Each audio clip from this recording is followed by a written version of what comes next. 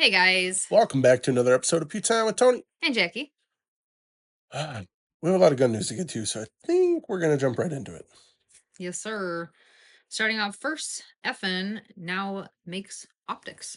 They have released their PureView red dot. You are an absolute rookie. What are you doing? Oh, mine's actually on loud too, so I should take care of that before I get called out. Just kidding. So it is the FN PureView. It is a pistol red dot using proprietary technology that creates a holographic projection onto a single flat pane of glass. So this is supposed to be the first pistol-mounted holographic sight. It is a 3 MOA reticle. 3 MOA dot. Okay. Withstands temperatures from -40 to 126 degrees Fahrenheit and 25% lighter than comparable enclosed sights. They also have 14 different brightness settings and automatic adjustment if you choose. Looks like the battery sits on top of it. It does. With adjustable, right in the, left side of the optic is going to have your plus and minus for your increased intensity or decreased intensity. For the red dot, these buttons are huge. Yeah, those aren't the important questions. One, what footprint is it? That's funny. That's not listed. And two, what's the price? Promotional emails have no info. Oh, God. Jeez. Talk about your Springfield thing. Springfield has released their Heat Seeker 2020 model, which their 2020s are their bolt actions. So their Heat Seeker is a pistol chambered in 308. I could get down with that. This thing looks pretty cool. I mean, it's got the 1913 rail on the back. You mount stuff on the top. It's got M-lock rails all up the sides. This thing, it looks pretty cool. It's a Sharps Brothers chassis. Okay. So, I mean, it looks badass. I just, in my head, when I saw 308, I shuddered a little bit. Why? Because I've shot the SOCOM in 308. Yeah, she didn't recoil a lot. Didn't recoil a lot. No. The SOCOM? No. Well, for someone that doesn't shoot rifle a lot, shooting a 308 out of a light stock in a scout length barrel, it was a lot. Putting it in a pistol, you better brace it. That's all I'm saying.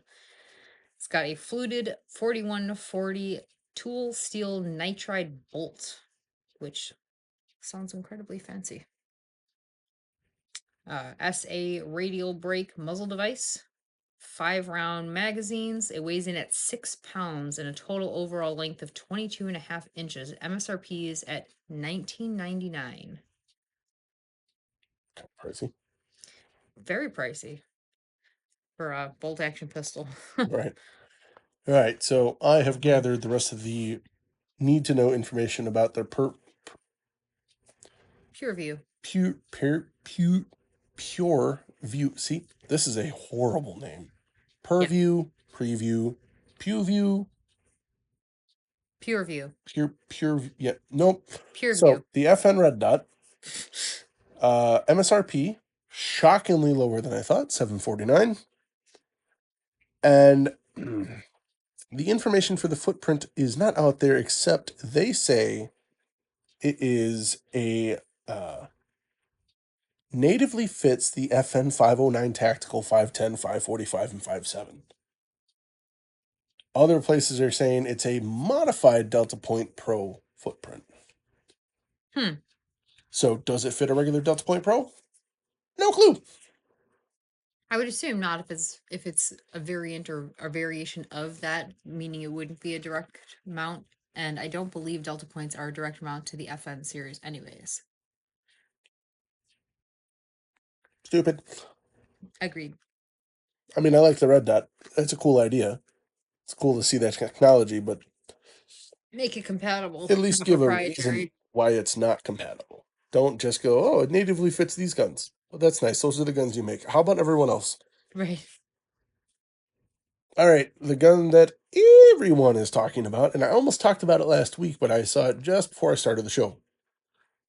And that is the Taurus RPC, which I actually don't know what RPC stands for. Roller-delayed pistol carbine. They, I'm assuming that's what the R is for.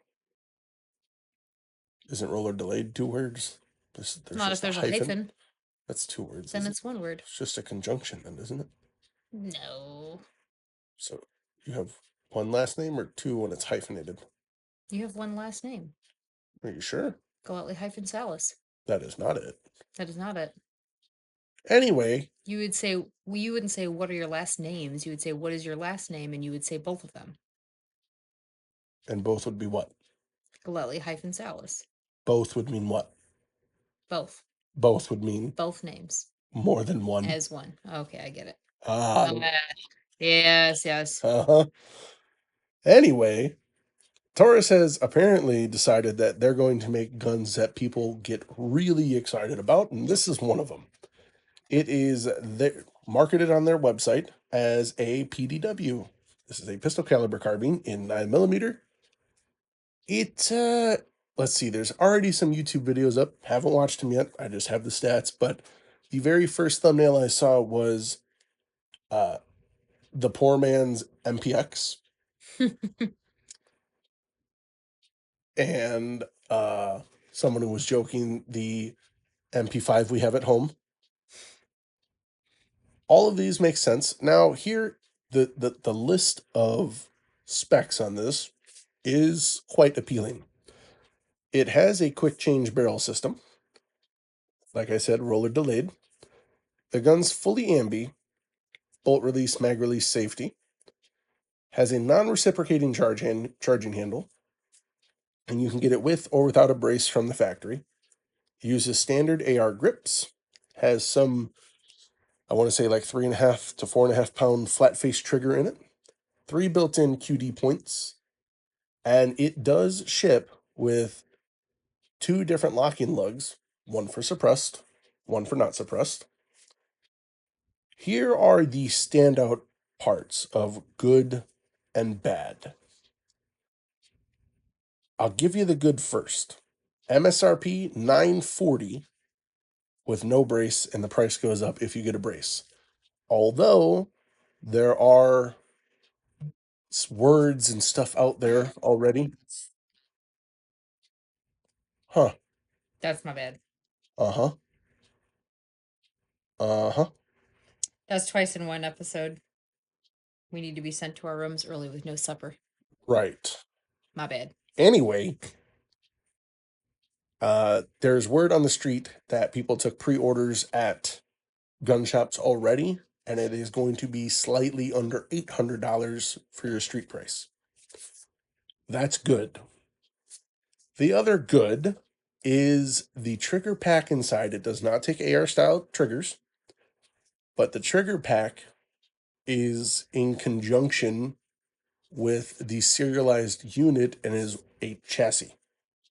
Nice. So it could lead to much other things. Mm-hmm. I think this is the first, I guess, FCU style concept that Taurus has released, if I'm not mistaken. Probably. The cool thing is also with like the quick change barrel is they're planning to come out with longer ones, and apparently like as soon as you unpin the upper, the barrel after the quick change barrel comes off the handguard just slides off. So you're opening up a world to a lot of different modules that could use this. The only downside, and this is a huge negative for me, it does come with 2 32 round mags, and they are supposed to be around $30 or less. They're proprietary. Yep. They would have knocked this out of the park if they used like an Evo mag. Oh, yeah. I mean, it sounds like it checks all the right boxes, less the magazine. really. And if people are trying to charge more than $800 for them. Yeah. I mean, it looks really cool. Yeah, it's got a good look to it. I'd like to mess around with one. Probably the coolest thing Taurus has come out with in a very long time. Agreed. Or ever. I can't say there's a lot of things that they've come out with that haven't already been done over and over and over again by everybody else. Right? So, I mean, other people make PDWs, yes, but it's not like everybody makes a PDW. Yeah, most people make a PCC that's small of some sort, though. Yeah, I mean, like your top dogs for like your Wonder plastic pistols that are like budget friendly. That's not, you know, Bursa, Right. Canic, like your inexpensive guys, your entry level Yeah, ones. this is going in the right direction. Yeah, I'm surprised to see it from Taurus. I didn't see that coming at all. yeah, very surprising. Next up, another magazine conversation. Piggybacking off last week, because apparently this was released at the same time, but I saw nowhere about this. Yeah, nor did I. I think the first I saw of this was Friday morning, if I'm not mistaken. It was like a couple days after we talked about the other magazines for Glock. The Model 44 is now going to have 15 round mags available, which is fantastic. And about damn time, Right. because everybody else's little 22s that are that size are 15 and 20 rounds. And Glock 44 is sitting there like, mutton, yay. So 15 round mags. I don't know if they're available yet. They have been advertising them, so probably just around the corner. Langdon Tactical has released they are now working on CZ PO9C and F models. They're offering two versions, so this isn't really like someone's like, oh, they're teaming up with CZ now. They're not really teaming up with them. They're actually not really doing anything with except modifying the slide. I'll get to that in a second.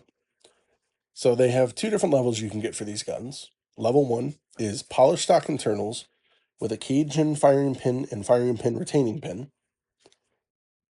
And level 2 is basically a full Cajun kit.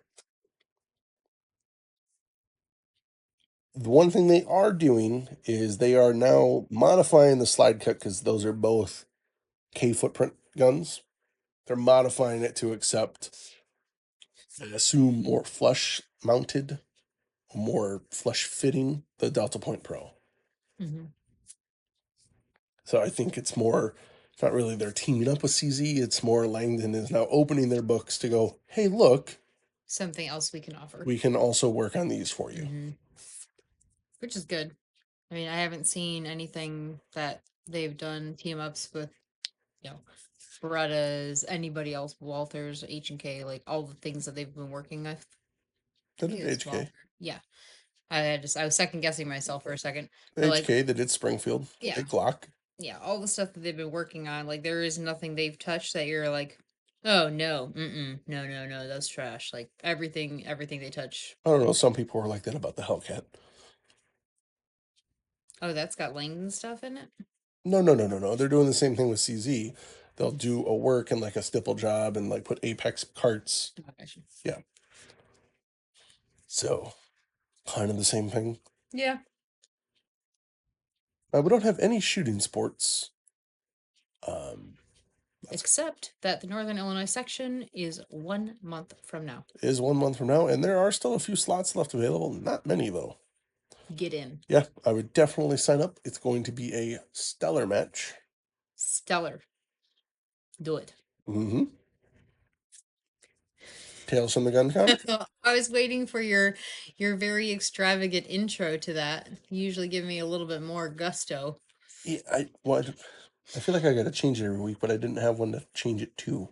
Well, I will fill your void of enthusiasm with a story that is going to blow everyone's minds.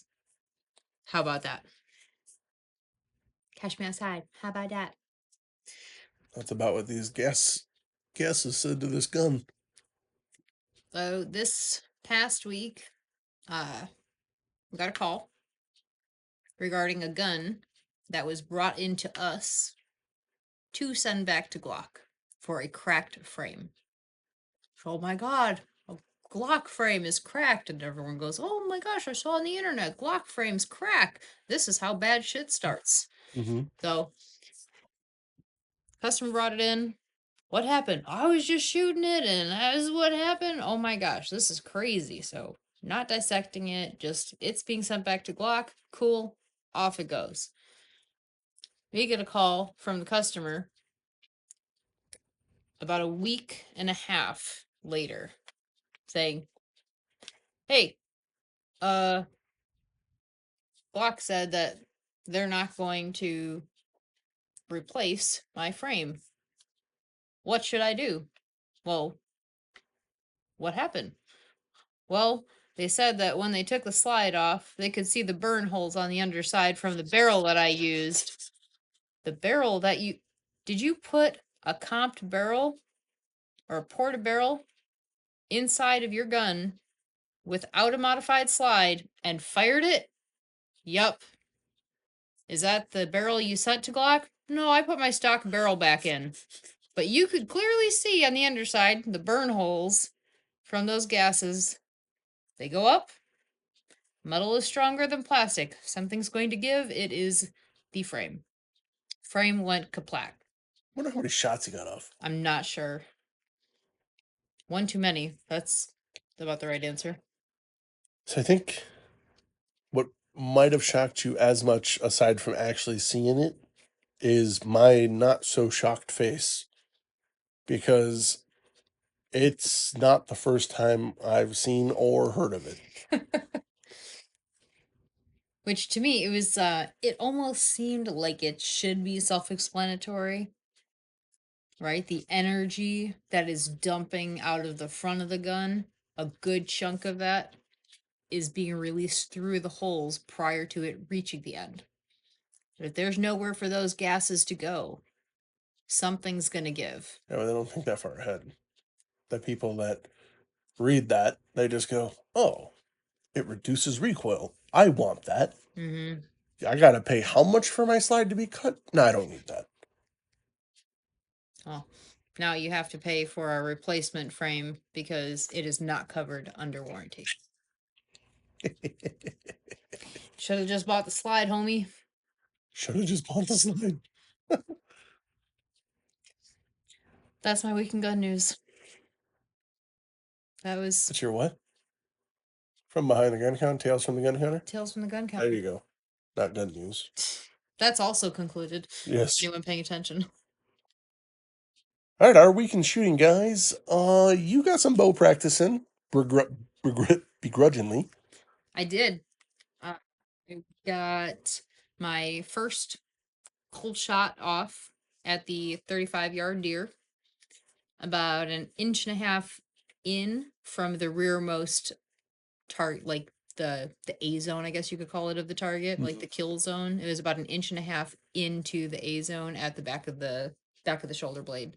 So maybe would have ran a smidge, but still would have dropped.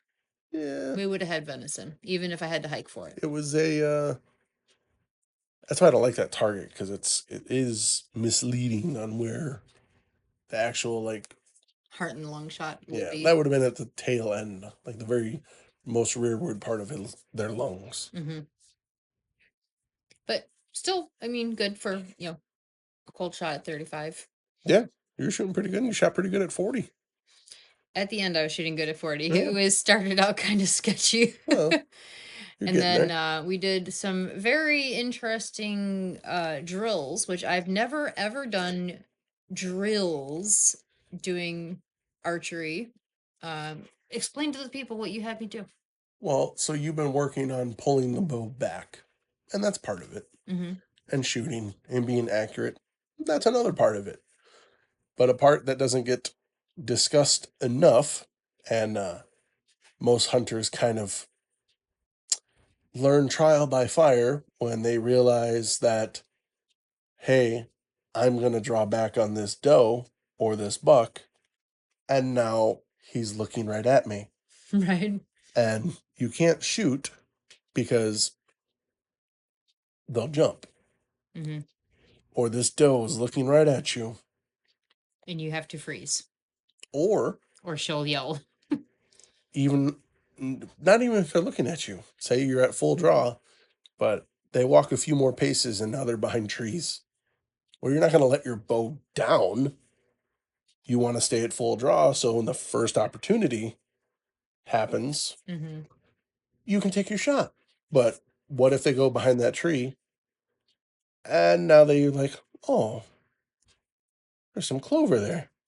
I think I'll take a snack behind the tree. You're not going to want to bring the bow back forward. So what do? You wait. You wait. And wait. You wait at full draw. Yeah. Which is easier than using a longbow. Yeah. Right? Much easier because the cams hold most of the weight, but you are still holding some of the weight. What is it? Like 60 or 70% of the weight is It held? depends on what your let off is, but yeah. And So generally you shoot faster with a longbow or a recurve. mm-hmm. It's a lot faster of a shot process. Well, we did that practice for 7 arrows. Well, it wouldn't have been so bad if you didn't tell me, oh, I'm smoked, I can't really pull back the way I want to. I was like, well, that's okay. Well, we'll make the most of it and not have to worry about pulling back as much. Because you'll already be back. So he did like vocal scenarios. He goes, the deer's walking. It's walking. Don't have a clean shot. Oh, it's looking right at you. Don't move. Don't move. Hold the bow. Yeah. Hold the bow. And he stepped play by playing it for me the entire time. And I'm like, okay. He goes, all right. He just looked down to eat some grass and you got him broadside. Mah. And then boom, I could shoot. So that was fun and frustrating, and me trying to decipher what you meant by he's looking up.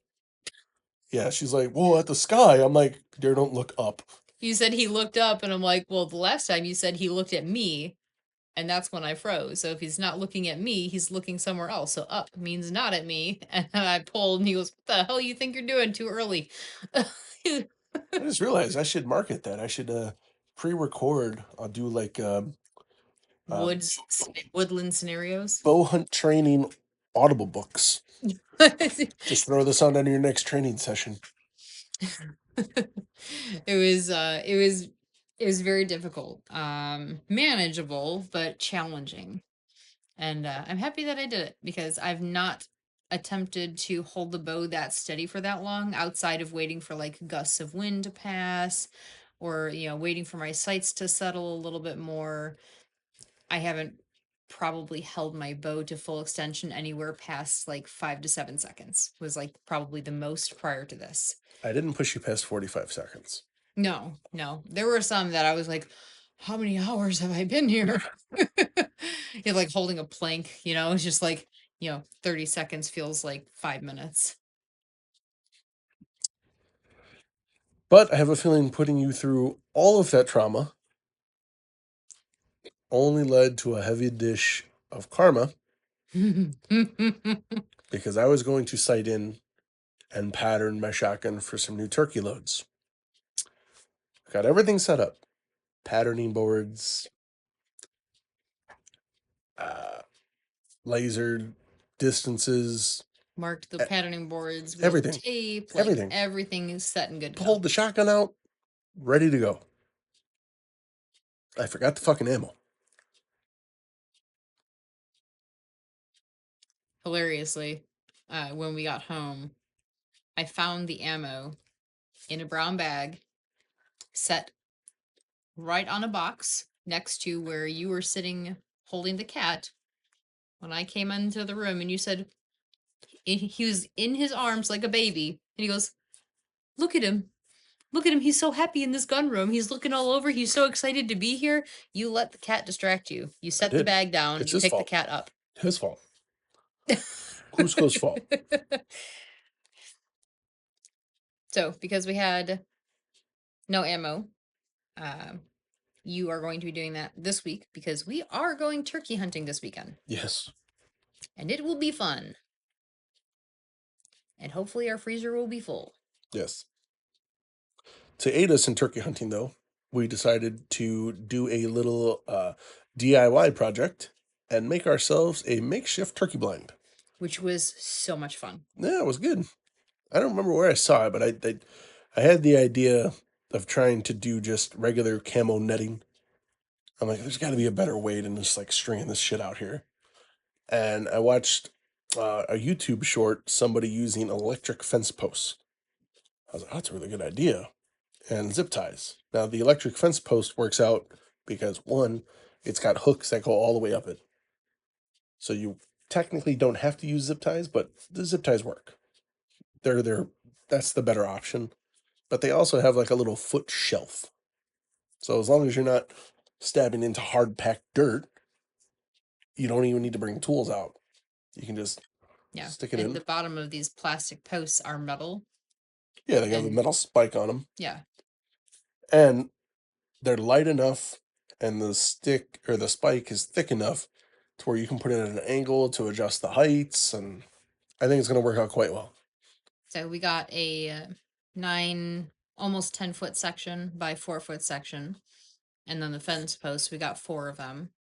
So we have kind of like a pentagonal, not a pentagonal. What's the trapezoid? Without a back on it. It's 3 sides in front of us. Because there's 4 posts. Yeah. So one's long area in front of us and then angled in on either side. So it'd be a hexagon? Like half of a hexagon? Yes, half of a hexagon. What is that? Half of a hexagon? Okay. Thruple? I don't know. We can make all the shapes we want because we have posts that can be moved. This is true. And I think it worked out really well. I like it. I mean, we backed it up to some trees, which was your idea, and I jumped inside and you walked around the outside, outside of my hair being fluorescent. How did it look? I mean, I don't really know how a turkey sees, but definitely gonna have to wear a hat. Yeah, I'm for sure gonna wear a hat. Yeah, we'll see. Hopefully it works this weekend. That was a ton of fun making that. I enjoyed it. Update. Somebody asked about it, so I'll talk about it. My shoulder is getting slightly better. I've been doing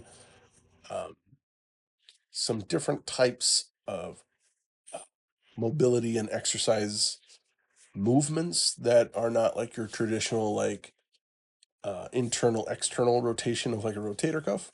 I found some other exercises that kind of I don't know how to explain it. They felt like they were working the shoulder stability in more of like its totality instead of just one-dimensional like external rotator cuff rotation. Is it like the ones where like people get rotator cuff surgery and they take like a rag, like they're washing the wall in a circular motion, No, so get like full range of motion? I did those. So one of them is getting something that you can slide back on carpet. So if you have like a furniture slider or in my cheap ass self a folder on carpet, you just put your hand on the folder and you kind of just think of it like doing like those ab crunches on like an ab roller, but I'm going backwards with my arm. That was one. Tried that. I could only get a few of those because, well, quite frankly, I've never done that before. So that was a little different. And then one was it was some weird stretch, almost push-up style, but going. It's really hard to explain. That one was really hard to explain. That one, it felt pretty good. So I'm hoping they work. I continue to do them. I might do them like every other day right now. But as we kind of discussed, Northern Illinois is a month away. So we need to right this ship so I can get to getting some serious training in. We got some great CCCs. We didn't get a single CCC. Okay. We got questions. Yes, those. Oh my gosh. You drinking? We're out of 2A bourbon, so no. I have not. I don't know. I saw a bottle of wine in the recycling bin. Oh, that's been gone. I'm sure it has. Been gone, past tense. that sentence I just said was technically past tense.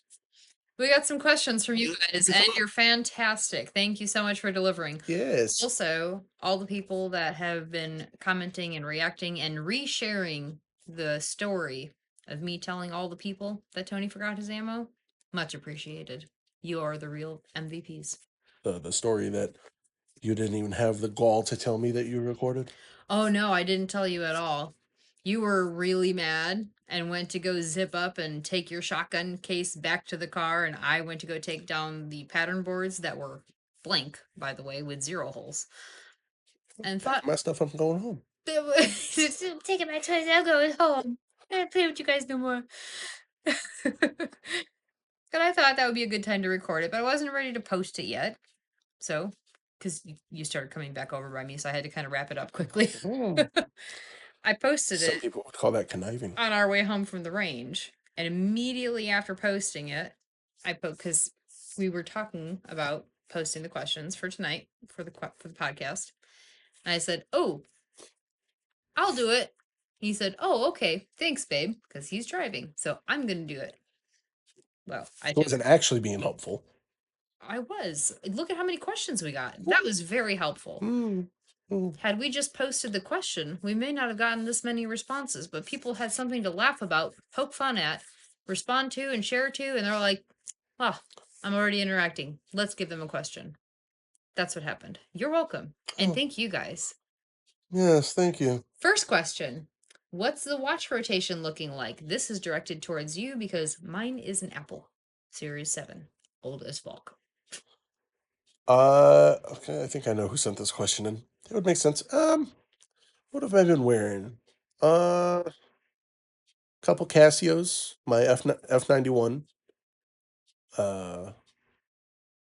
the W218H, which would be the metal, like their metal cheapy G-Shock. I know Jackie hears nothing but white noise right now. It is, yeah, it's all Chinese to me.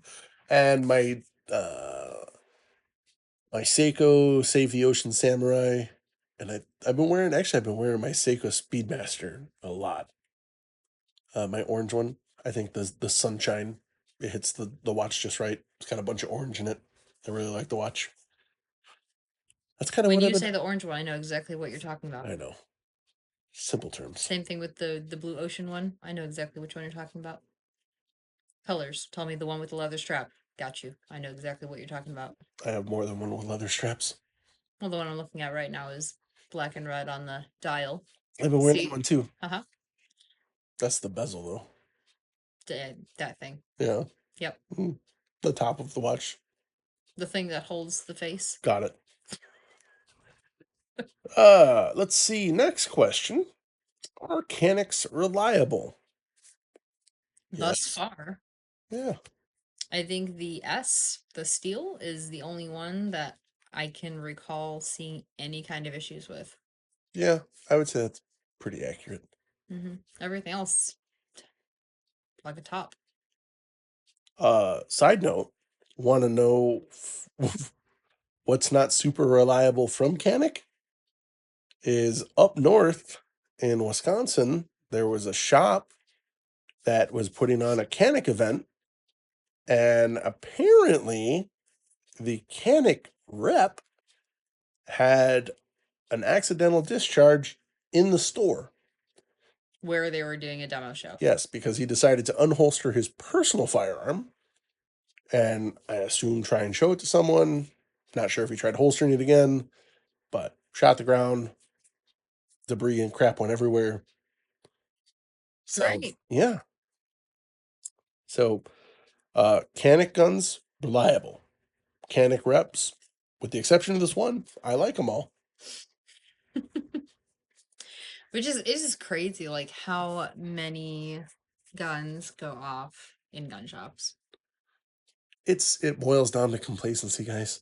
Like, even people that shoot a ton, like a lot of guys that listen to this podcast, a lot of competitors, people that are in the industry, you and I that do this for a living, like it can be real easy to just get complacent. And I don't want to sound too preachy, but this is how accidents happen. Yes, guns are cool. Love guns. They're awesome. But they can also be quite dangerous. We need to never forget that. Yep. On that note, the next question brings us back to the question that you just asked me, which is, have you been drinking? What's your favorite bourbon? Oh, I'm pretty sure we've already covered that. That's 2A for me. There was another one that we had a while back from a distillery in Wisconsin. yeah, Driftless Glen. Yes. I like that one a lot too. Yeah, Driftless Glen has a good bourbon. 2A bourbon is fantastic. It's another good one that I've been. I'm drawing a blank on the name. We did have a good one from Kirkland.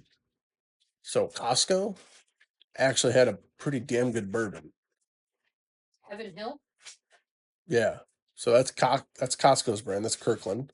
I just grabbed it out of the recycling bin. This is the one that that I just finished. Yeah, that's a what is it? Bottle and Bond, Heaven Hill, 100 proof, 7-year-old. Yeah, that was actually pretty good, and that was not expensive. But I would say 2A bourbon tops it, and there's another one I can't think of it, but I think they're up there. 2A is the first one that I've ever had like a mixed drink with Okay. before I actually tried the bourbon itself. Okay. And I don't remember what it was. It was when we went to the GOA Goals event and someone was doing like mixed cocktails with it. What Story time. are you doing? You can't even say what am I doing? God. Well, 2 out of 3 were you. That's 66%. That's a huge amount. Huge. Huge. Anyway, It was the first time I had a mixed drink with bourbon, and the first time that I've had a mixed drink on something that I would normally drink straight before I tried the drink straight. oh, Eagle Rare. Thanks to our buddy Jose, has got me hooked on that. Pretty good. That's pretty good stuff. Is that what I think you guys had that at the cigar lounge not too long back, and I had a sip of that to try. It was a very small Yes, sip, I think you're right. but it was nice. It wasn't like it was very aromatic, and it wasn't so pungent that it was like burny. I thought it tasted really good. Bernie. It's a very scientific. I see. What is this one is for you. Is it a watch question? I already went through watches. What do you think is the most effective precaution one can take to not forget their ammo? Son of a bitch. Now I have to go through the archives and find out who the hell this was. And it matters none. One, fuck you. What? You and the person that wrote that shit. Well, Don't table this as an actual discussion. we could say make a list, but I did, and you disregarded it. Listen, I thought everything was in there. So what she's not telling you is not only did I forget the ammo, This is all on you. we went to record I footage. already said I wasn't going to call you out, and you're doing it to yourself. Go on. We went to record footage for an upcoming video about the turkey hunt, which would include building the blind that we talked about. She's like, you got the camera? Got it.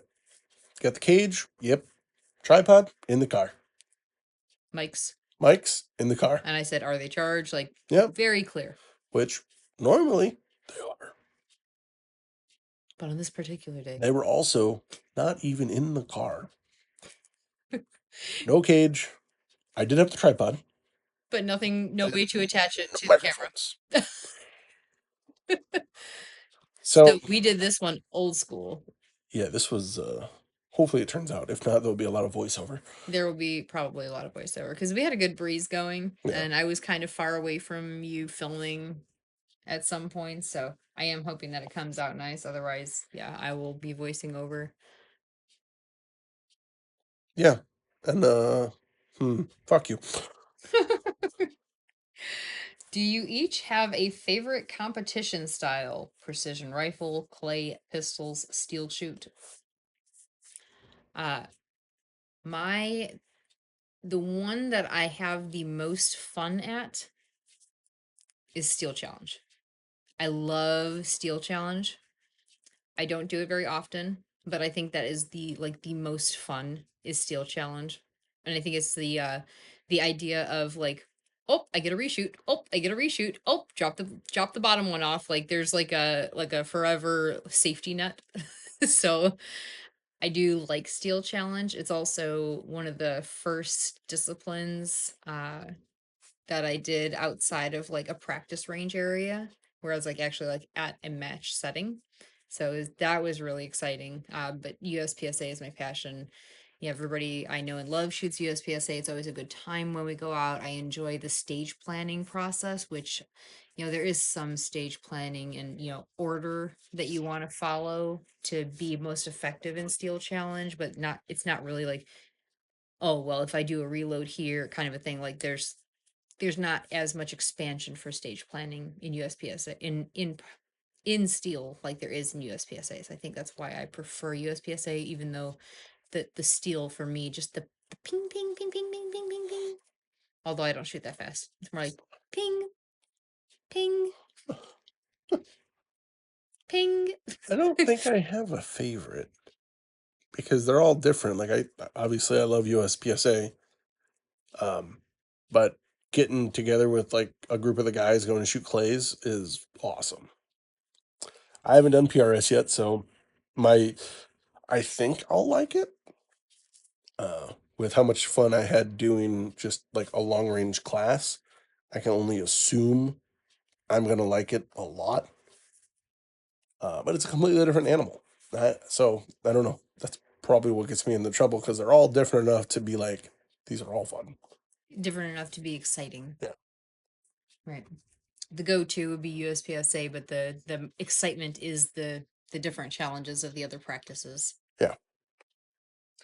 Next, what's your favorite way to break down a USPSA stage? Do you want to take this first or I can go first? So, when I approach a stage, like the round count for me, I have to be able to identify where all those targets are and where I can see them all from. That's like first and foremost, that is the first thing I do. What's the round count? And I walk through from the start position, or sometimes it's anywhere in shooting area. So then I kind of get my feelers for what makes the most sense. And being a right-handed shooter, aiming for the left side as a start to benefit me during reloads, things like that. But I'll count out. And sometimes some of these stages are a little bit more intricate, and you really got to like hard lean to see like, okay, I can see the target, but where can I see the target from? And you kind of got to like walk around everywhere to find it. I think it's like a Where's Waldo type thing. Like for me, it's like finding everything, seeing what my options are for all the spots. I know for you, Tone, you have like an absolute gift when it comes to doing that. And I don't know if it's your height or what, you can see so many options just by it's like a brainiac moment where you like look down range, you're like, oh, I can actually see 1, 2, 3, 8 from here. And like, I didn't realize you could see all 8 from there. And so it kind of like helps you, but you usually make a way different stage plan than I do. And mine, a lot of it is like I know where like the rough halfway or just before halfway point is to where I'm going to be doing my mag change. So I want to make sure that if I need extra rounds on the first half, I have them because I had extra rounds in that mag, or same thing with the back half. If there's, steel and stuff like that, I'll try and figure out where in there I want to have that safety net for extra ammo to decide then where my mag change is going to be. No, that would give me too much anxiety. Not knowing like how many rounds I had left over, there's no way. Nope. Nope. So one cool trick I learned for stage planning for me is walk back by the targets and look back. Look at the shooting areas from the target. And you can kind of start to see the angles a little bit better. Mm-hmm. That's one way. And two, a lot of this goes back to training. whatever you're comfortable with. So, like you were saying, hey, I'll go this way and this way because I'm more comfortable. So, one would assume that if you became more comfortable shooting, whether it was left to right or right to left, it wouldn't matter. You would automatically open up your options because taking into your own comfort would be irrelevant. You would just be looking at what's going to be the most efficient and quickest way. Mm-hmm. And I talked about this on one of the videos, the training vlogs. I made a mistake shooting a certain array because I shot it the way I was comfortable, and it would have made more sense and been more efficient to shoot it another way. So it still happens, but training opens you up to being comfortable in all the different scenarios. And for round count, for me, it's you got to know how many rounds are in the mag, and then where the acceptable reload point is. Like, there are some stages where I've shot like 8 rounds, and then I have enough movement to reload to finish out, assuming you're shooting like a 24-round mag. But there's no way I could do like, well, I'm about halfway. Like, no, like I have to count them out. Like I know, and I kind of go based off positions. So over here, I'm going to shoot 2, 4, 6, 8. Here, I'm going to shoot 2, 4, 6, 8. So I know I'm at 16. So the reload's going to be happening probably with this position or the next position, somewhere in there. Well, that's okay. Maybe I worded it wrong. It's not that I don't know how many rounds I'm going to have left, but that's where I want to make sure that if in those first 16 shots I need makeups, I can accommodate those in those because I have 24 rounds in my mag. So I have a buffer of 8 rounds. And then on the back half with the other 16, there's 4 steel. Now I know I have a buffer of 8 over there, even though there's 4 steel. That makes more sense. I don't know. I guess I probably just worded it funky. Like I do very much keep track of like where I am, but I want to make sure that where my like I don't want to go, oh yeah, I have 24 rounds in my mag and 24 rounds into this match, I'm going to do my reload with 0 rounds for makeup shots. Like I would never ever roll the dice like that. I would always reload at whatever position was prior to that I'm empty. Yeah, I wouldn't say there's much magic to what I do. I don't even think I'm that good at it, but it's really like the number one thing I can tell you is stop trying to do like the uber gamer shit. It doesn't work. It never has, it never will. Stop it. Like stupid shit like putting your mag completely vertical on a table and like on TikTok and shooting and then trying to smash your gun down onto the erect magazine. It's not going to fucking work. Maybe one time out of like 30. Mm-hmm. And it's still going to be slower. Or these people that want to have a start position where there's like fingers on X's, but you're pretty close to the fault line, which is where the first position is. So you're going to have your feet by the first position and then reach and stretch to get your fingertips on the X. How explosive do you think you are in this very extreme stretch position to be able to get all the way back to the other side on where your footing is going to be and draw your gun? Right. You may think, oh, I'm not moving, so I'm saving it. Versus, I can draw my gun how I draw every single time. So it is second nature, and I can explode into that position. What do you think is actually going to be faster? Yeah. Yeah, the stupid gamey shit. Like, listen, I know when people first start, you think you figured it out. I assure you, we all thought that. And there's a reason we no longer do it. Stop it. I know that went off on a tangent about favorite way to break down a stage, but really it's just counting rounds for me. And I kind of break it up into clusters. Position 1, 8 rounds, position 2, 4 rounds, position 3, whatever it is. And it's not really how I process it, but that's kind of how I start to break it down. And then, of course, make sure the rounds add up to the amount of rounds it's supposed to be. Right. Because there have been times where, well, Tony, it was a 32 round stage. Yep, you shot 30. There was one guy that you missed, Yep. completely missed. And we've all been there. And I will say that is one of the things, like, when you set your stage plan, do not watch everyone else and ask them what they're doing and change your stuff and decide to go, oh, his route looks like the gamer way to do it. We'll change up right before you're on deck. Stick to your plan. Yeah. Next question. Is 5.7 overhyped? No. Yes.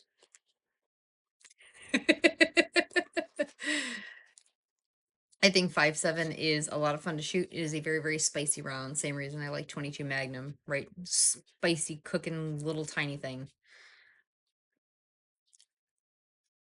Listen, 5.7 has its place, Mhm. and it's a cool round.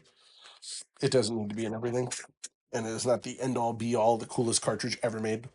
That's right. That would be the 10 millimeter. Oh boy. Speaking of overhyped, yeah, I'm just not like, yeah, it's It has its place outside of the place that it is to be used. It is a specialty cartridge, right? It's not your everyday cartridge, but people like it. So, I mean, I like the fact that you can put like, the more I look at it as like a grown up 22 Magnum, the more I'm okay with it. mhm, Because you get a lot of capacity in whatever you put it in. yeah.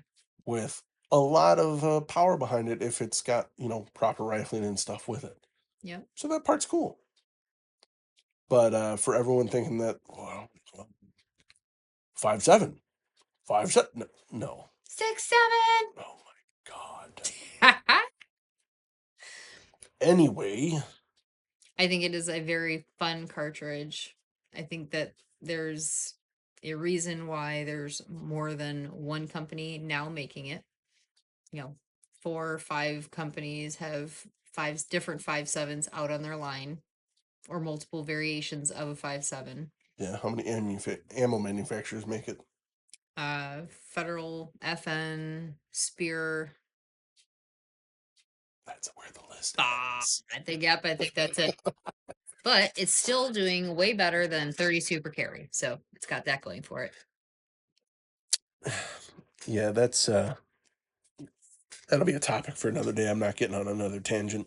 Shout out to those of you who went out and bought a 30 Super Carry and are now wondering why. May God have mercy on your soul, and hopefully you at least bought it in like the Shield.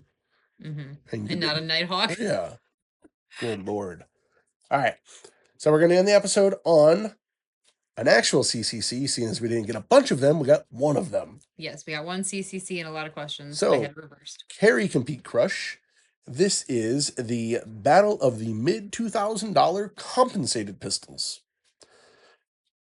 In one corner, you have the new Platypus comp, followed by the Kimber 2K11 comp, followed by the SIG P211 GTO. So when they put this in, this isn't necessarily CCC. We can treat it as such, but they also want to know which one is the better gun.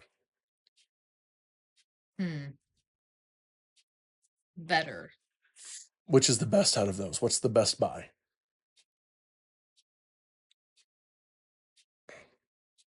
Do you need help? Because you're giving a long silence here. People maybe think the podcast ended. It did not end. I'll tell you what. On my end, for the best $2,000-ish compensated pistol, in third place is the Kimber. Is the Kimber an awesome, like, budget 2011? Sure the fuck it is. You know what's not awesome about it? The fact that they just stuck a mill tip in it and just cut across. It's just a giant hole in the slide. It's not an actual compensator. Mm-hmm.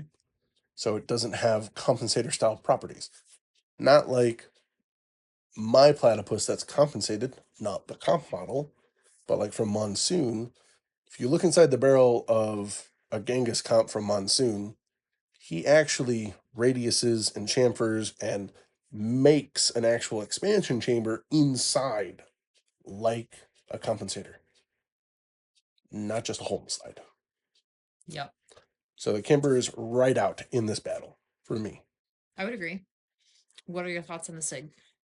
So this is going to be purely speculation because we have one lined up to test and review, but I've still not shot one. I've not shot one either, or the Kimber. So I've held one. See, I've shot plenty of like The chunk GTO ported. feels humongous to me. I love it. I love the way it feels. Like proper 2011 size. Maybe slightly bigger. Like it's Like chunky. para size. Yeah, it's nice. Yeah. Super nice. So I haven't shot that one, so it's really hard to tell. And actually, technically, I haven't shot the new Platypus comp either. Right. Because yours doesn't have stealth cuts.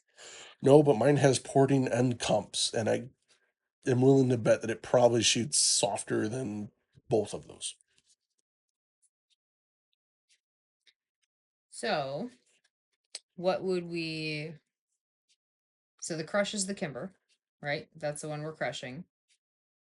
And Platypus versus the SIG, as far as Well, how much carry. is the SIG? 26. 24? 20, yeah. Okay.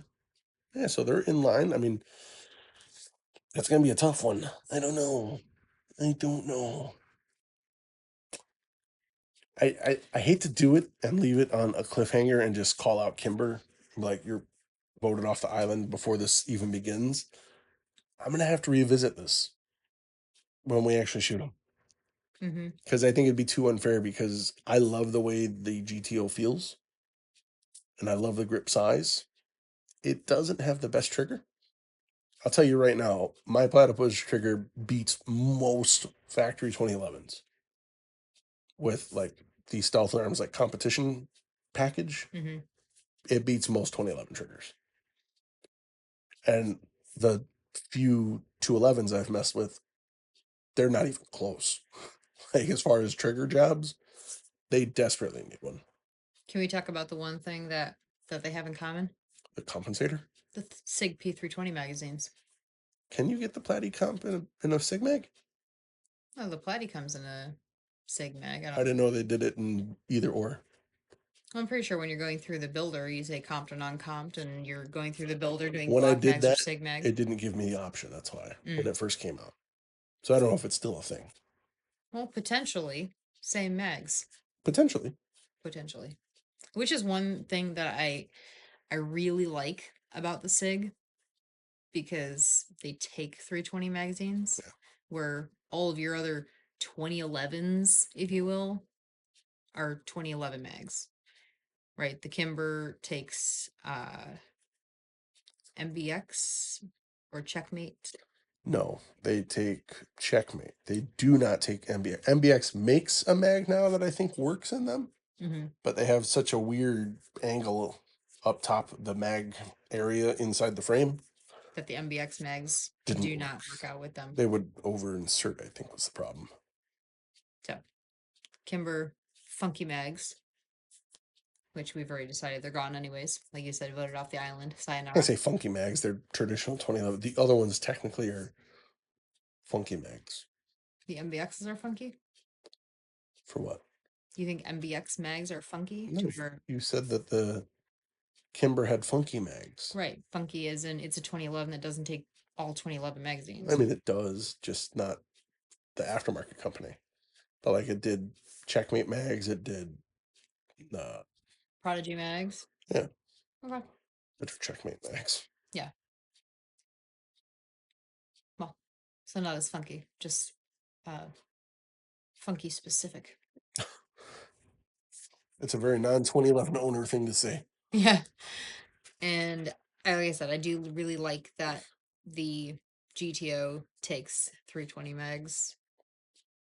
If I had to guess, I'm going to lean towards the Platypus strictly because I know I shoot that gun well. Mm-hmm. The SIG could surprise me. The SIG could surprise you. So if we didn't do a battle of the bestest and we just did a traditional carry, compete, crush, the crush would be the Kimber. And now we have to do a carry and a compete with the other two. I'm gonna carry the platypus because it's gonna be lighter, I'm sure, Mm-hmm. and then compete with the SIG, because you can also just get a bolt-on sight block for the SIG, so you can automatically shoot limited optics with it. instead of being stuck in open like you are with the platypus. Yep. Which you can. It does work in reverse. You can take a milled slide and put a stock barrel in it and still shoot it, but not the other way around. This is also true. All right, guys, that's it for this episode. You guys know the drill.